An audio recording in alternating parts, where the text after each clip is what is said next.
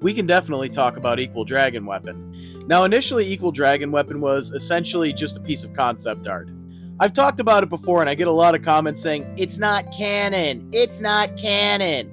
I know, and I don't care. Plus, now we have Zoshia, we'll get to that in a little bit. But anyway, let's talk a bit about the ancient civilization. There was some dark lore behind Monster Hunter 1. You had to kind of really look for it. But there's a story of an ancient civilization that was wiped out in what they called the Great Dragon War. The Great Dragon War was started when they committed the Forbidden Act. Now, there's some debate as to what the Forbidden Act was. I mean, they built an actual Tower of Babel type thing out of Kushala Daora parts. Can you imagine how many parts you'd need to build an entire tower? The dragons certainly weren't happy about this, but a lot of people believe the Forbidden Act was Equal Dragon Weapon. Same idea, except they built a Frankenstein's actual monster out of it. I mean, look at the size of that thing. Imagine what you'd have to do. And keeping it alive? There's some real dark implications there. So this got the attention of the most powerful dragon, Fatalis.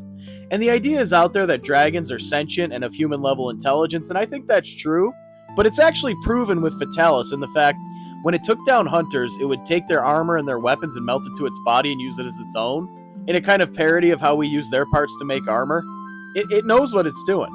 So anyway, the dragons got real upset, of course, and understandably, and they just totally wiped out the ancient civilization. Now, it was just concept art up until this point, but Zoshia was heavily informed by that lore.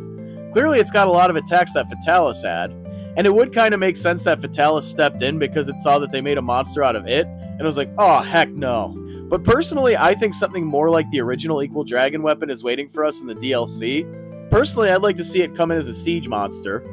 Because, I mean, look at the size of this thing, and what would be really cool is if the siege was an event that came by every so often and it was randomized.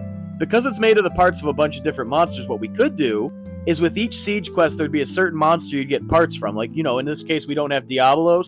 You could get Diabolos parts and make its armor and weapons despite the fact that it's not in the game, and do that with just about any monster. I really don't think Zoshia is the true Equal Dragon Weapon. I think we're going to see something more like that eventually.